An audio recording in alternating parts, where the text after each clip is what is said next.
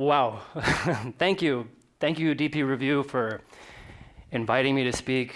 Thank you for those of you in the audience here for coming right after lunch. I hope you ate. I'm going to do my best to make you hungry. And thank you, everybody streaming live. Hi, Mom and Dad. I wish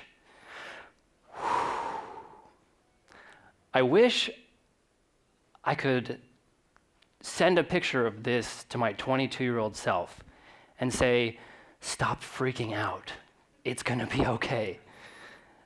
I was graduating from college, like a nice liberal arts college where I got an education where you learn how to learn, whatever that means. And I studied political science because I had to graduate on time. And really the most engaging thing that I'd done all 4 years in college was write a column about food for the school newspaper. And,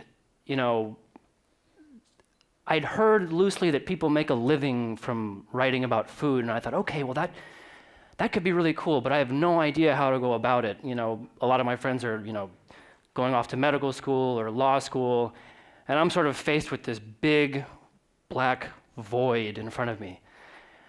And I was like, oh gosh, what am I gonna do?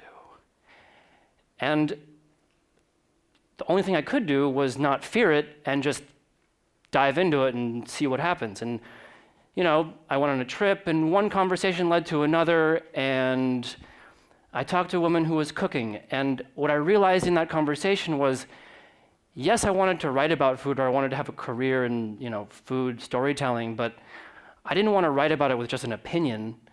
I wanted to have an opinion that I would respect, and the opinions that I respected were the opinions that came from people who, had been in the trenches, had been real cooks and real chefs and food writers like Paula Wolfinger, Diana Kennedy, the legends, Jacques Papin. I mean, obviously I knew it wasn't going to be just like them, but I wanted to know what it was like and know food from like an intimate perspective. So I, through this friend in San Francisco, got an apprenticeship in an Italian restaurant.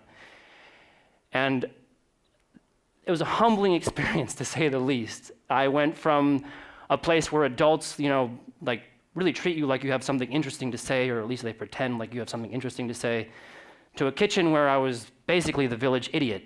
And I learned a really important lesson, when you're really trying to break into a field where you have no experience, you do whatever you can to help out. If somebody hands you a broom, you're not overqualified to sweep, you sweep. And I swept for quite some time, and then I cut vegetables, and things sort of moved along. And in that 3-month apprenticeship, I probably learned more in 3 months than I learned in 4 years of college. I'm sorry, Dad, that you had to spend all that money.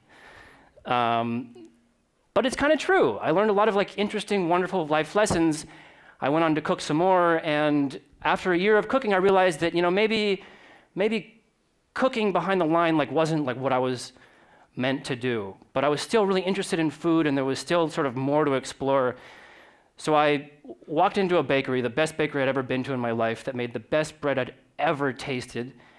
And I, handed them my resume. It was a little thin, but I was like, I know how to sweep and use a knife.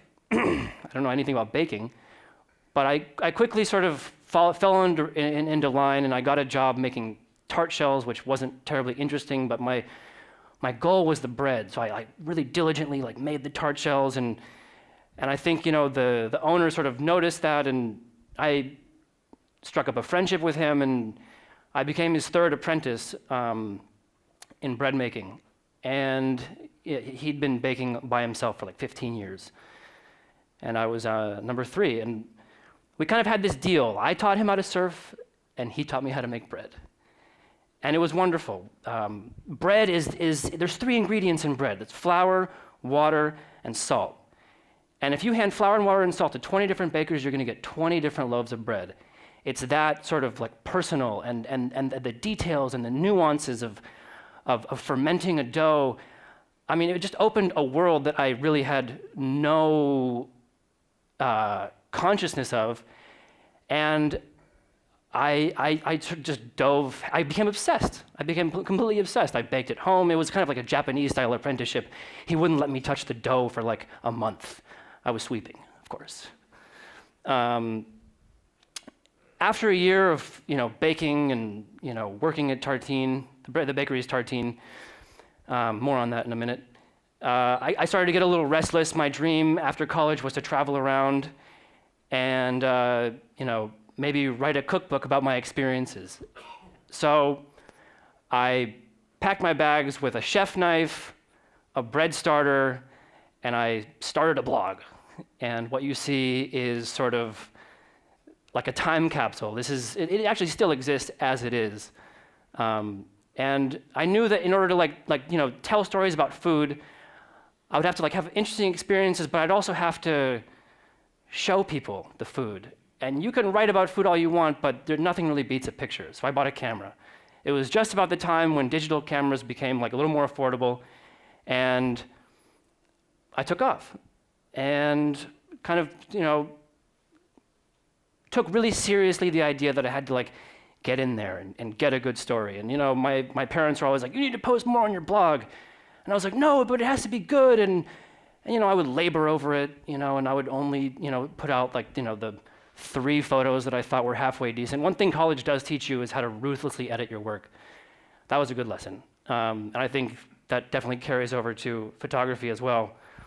I went from Chile to the northeastern tip of Colombia and had some really interesting food experiences, got myself into the Sierra Nevada Santa Marta with the Arhuaco Indians and the FARC rebels. It was kind of intense, and I was like, oh, no food journalist has ever gone here before. Gourmet magazine's gonna call me up and want a feature. No, they didn't. This is me cooking Thanksgiving dinner. I called my parents, I'm not coming home for Thanksgiving. I've got this amazing opportunity. I spent Thanksgiving in the mountains. That's Teti Gutierrez, sort of the patriarch of this coffee finca. And it was wonderful. And I came home to crickets, really. I was just about as directionless as when I left. Until Chad called me a couple weeks later and was like, hey, you want to come back to San Francisco and bake with me? And I was like, yeah, I do. I was just his apprentice, but now he wanted me to pay me to bake the bread. So I was like, yes, I'm coming. And the minute I got back, or the day I got back, we went out to dinner and he told me about this bread book idea that he had, that he wanted to write a book on bread, and would I be interested in working on it with him? Yes, I would be. Sort of seemed like this unexpected, yes. Gourmet wasn't paying attention, but Chad was.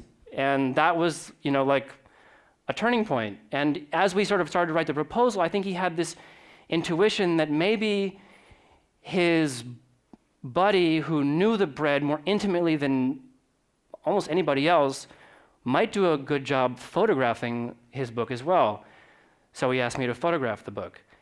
And yes, I will photograph the book. I know nothing about food photography. I know nothing about photography in general, but I know a lot about bread.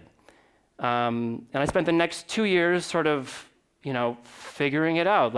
Our goal was to really put the reader by the baker's side and show them sort of in photos as best we could how to bake the bread. We kind of wanted to write a recipe without words, but that didn't quite work so well.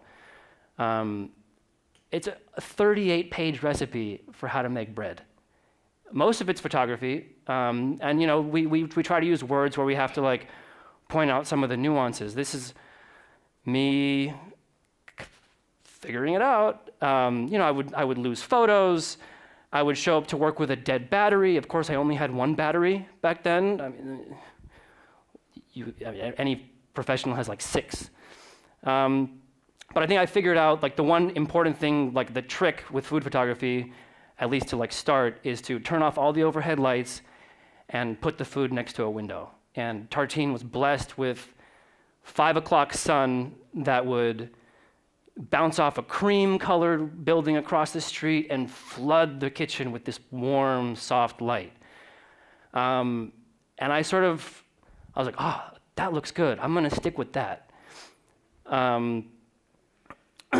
So So, like the bread book really was like an exploration of like the nuance of bread. I wasn't so much focused on like, the quality of the photography. Of course I was, but it was more like how do we communicate, like the bread at its like essence. And the book came out, and it was awesome. It is widely received, and it changed the course of my life for sure. After we finished that book, I sort of decided to strike out on my own and try this weird photography thing, which to me was a crazy idea.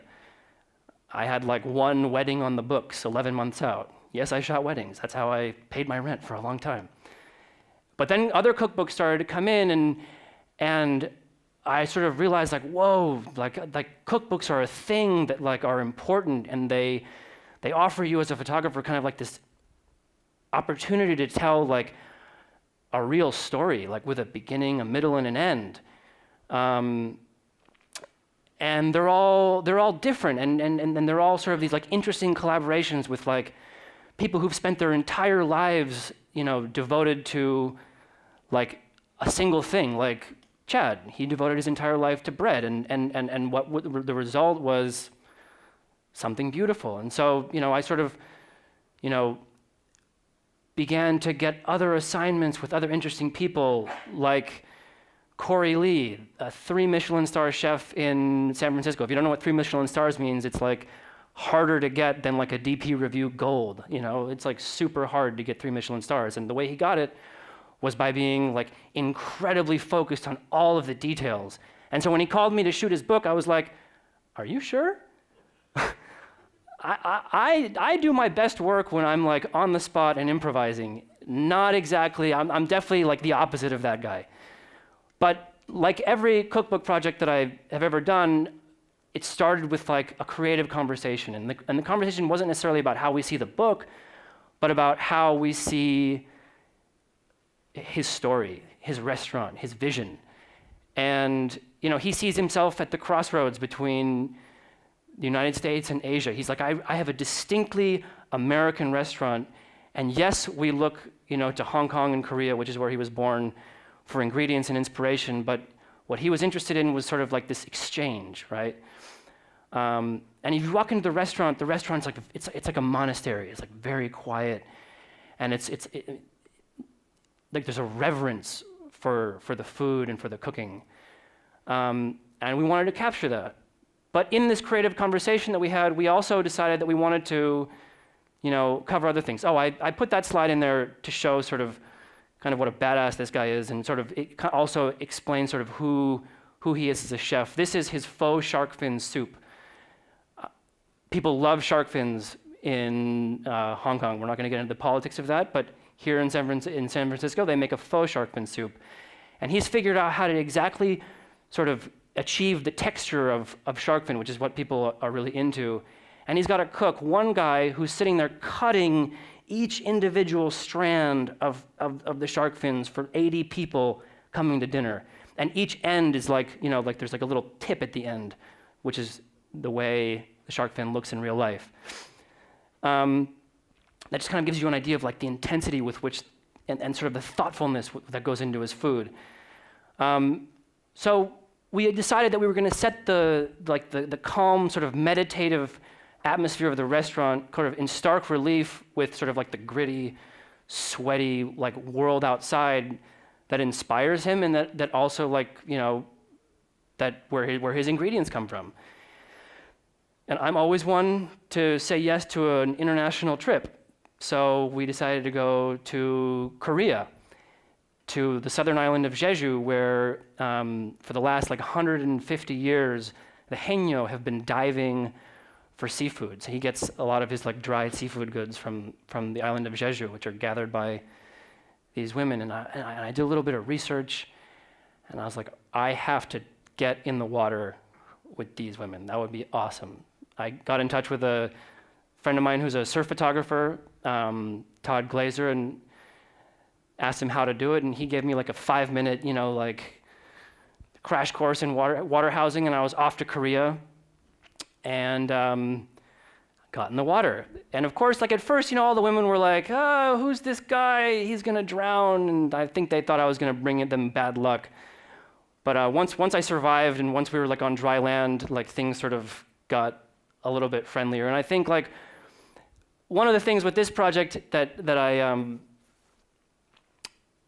that maybe is like a little nugget is if you go out on the road or you're doing anything, like it's really important to like connect with the people you're shooting. Like the camera is such a barrier, right? And I think in that previous shot, you can sort of see like the distrust of the camera.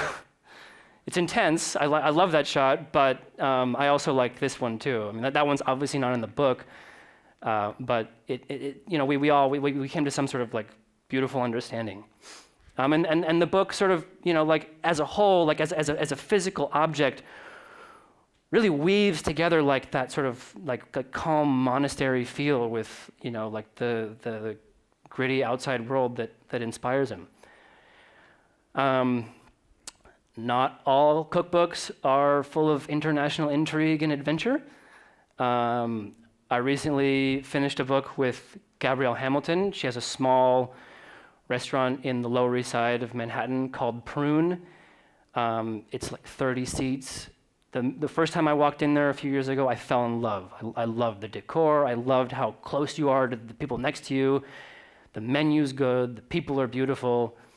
And I wrote her a letter. I was like, hey, you don't know me, but I'm in love with your restaurant. And if you're ever thinking about doing a cookbook, I know you did a memoir, but if you're ever thinking about doing a cookbook, please throw my name into the hat of people who are interested in photographing it. And I didn't hear back for 3 months. And then I did. And we had a meeting. And again, it was that kind of like creative conversation. Okay, what's the story? Like, what are you all about? What's the restaurant all about? And for her, it wasn't about the cafe. It was about the kitchen.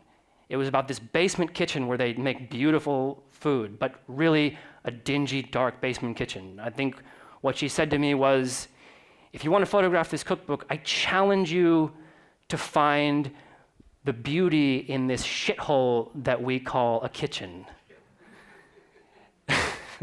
Challenge accepted. I want to. And there is beauty and there is dignity in these like dark, cramped spaces where people spend most of their lives cooking. And I think that's what Gabrielle really wanted to communicate. And, if there was a creative direction for that entire project, it was, you're not allowed to leave my restaurant. You're not allowed to bring anything from the outside world into the restaurant. The whole book has to really tell the story of like our daily struggle and efforts to bring good food to the table. This is Gabrielle and one of my favorite shots in the book. We sort of, it's kind of grotesque in like an awesome sort of way. And I think like I've sort of been coming full circle in my photography where yes, I love shooting food on a plate, but like the thing that really gets me going is finding the like unscripted beauty of the cooking process. And I think that's like what Gabrielle really responded to. Of course, I was in love with the cafe. That was my first experience, and I wanted to, communicate that. And so there was a little bit of a creative dialogue with, what we're going to show. But she was very clear on who she is as a chef. And if that shark fin soup sort of summed up Corey Lee, the garbage sums up Gabrielle Hamilton. She really, believes in not wasting anything and in making good food from every last scrap in the kitchen. The last slide, as I sort of bring this to a close, is my favorite shot in the whole book. This is one of her line cooks as she's taking her 2-minute lunch in between services. I think it speaks to like the dedication and the passion and the sacrifice of the people who are really behind the lines cooking our food. And I think as a food photographer, my interest and like my passion is to, show food as more than something like yummy to eat on a plate and bring the whole story kind of to life. Thank you.